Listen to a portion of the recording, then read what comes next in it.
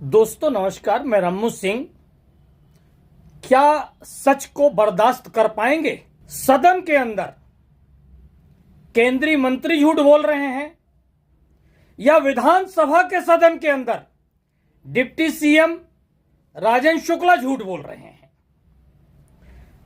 दो मंत्री एक ही दल के दो अलग अलग बातें कह रहे हैं। अगर सतना का विकास नहीं करना है तो साफ शब्दों में बोल दीजिए कि हम विकास नहीं कर पाएंगे। सांसद गणेश सिंह लोकसभा में संसद के अंदर एक सवाल पूछते हैं, केंद्रीय मंत्री उन्हें जवाब देते हैं। हम एक एक सवाल एक एक जवाब आप लोगों को बताएंगे और फिर आप बताइए, आप तय करिए कौन झूठ बोल रहा है सतना की जनता के लिए। डिप्टी सीएम विधानसभा के अंदर कुछ और बोल रहे हैं, संसद भवन के अंदर केंद्रीय मंत्री कुछ और बोल रहे हैं। आखिर कोई तो झूठ बोल रहा है। या तो जनता तय करे कि इनमें से कौन झूठ बोल रहा है, या फिर यह लोग बताएं कि डिप्टी सीएम झूठ बोल रहे हैं या केंद्रीय मंत्री झूठ बोल रहे हैं। सतना में हवाई सेवा शुरू होगी कि नहीं होगी,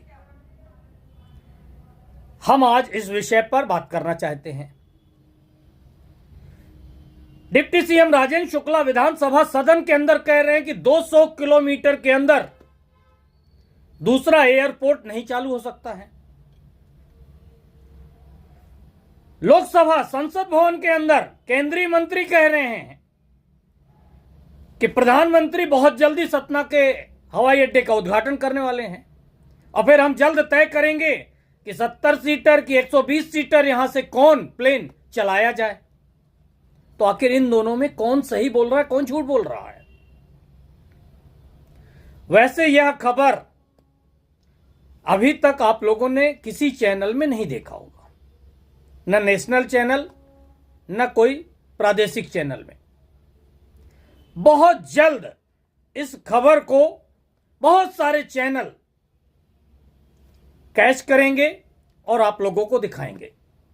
हां, मैं एक बात गारंटी से कह सकता हूं कि मेरे चैनल पर दिखाई हुई खबरों को बहुत सारे चैनल नकल करके दिखाते हैं।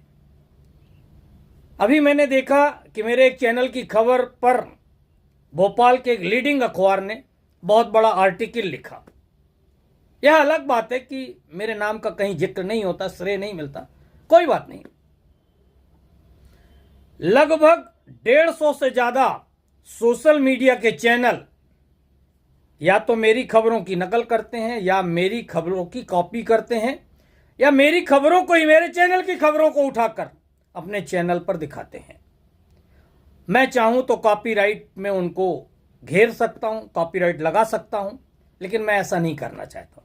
बल्कि मैं चाहता हूं कि यह संख्या 150 से बढ़कर 1500 हो जाए।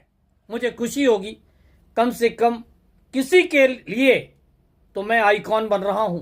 प्रधानमंत्री जी के 100 हवाई अड्डों को देसी हवाई उड़ान सेवा में शामिल करने का जब एक पहल हुई थी, तब हमारे लोकसभा क्षेत्र सतना को भी उसमें शामिल किया गया था। मुझे खुशी है कि RCS उड़ान में हमारे हवाई अड्डे को शामिल किया गया। एयरपोर्ट अथॉरिटी ने उसके हवाई अड्डे के मरम्मत के लिए पैसे भी दिए। टर्मिनल पॉइंट बन गया, 1200 मीटर रनवे बना है, बाकी 1850 मीटर का रनवे है, वो बल्कि छोटा हो गया बड़ा होने की बजाय। तो मेरी मांग है उसको पूरा किया जाए और उसमें कोई अतिक्रमण नहीं है और उसमें हवाई परिचालन शुरू किया जाए, उसका उद्घाटन कराया जाए। मैं माननीय मंत्री से जानना चाहता हूँ कब तक इस प्रक्रिया को पूरा कर देंगे। धन्यवाद। सतना को सर हमने उड़ान स्कीम के तहत हमने डेवलप किया था सर, और बिल्कुल वो इनॉग्रेशन के लिए भी अभी रेडी है।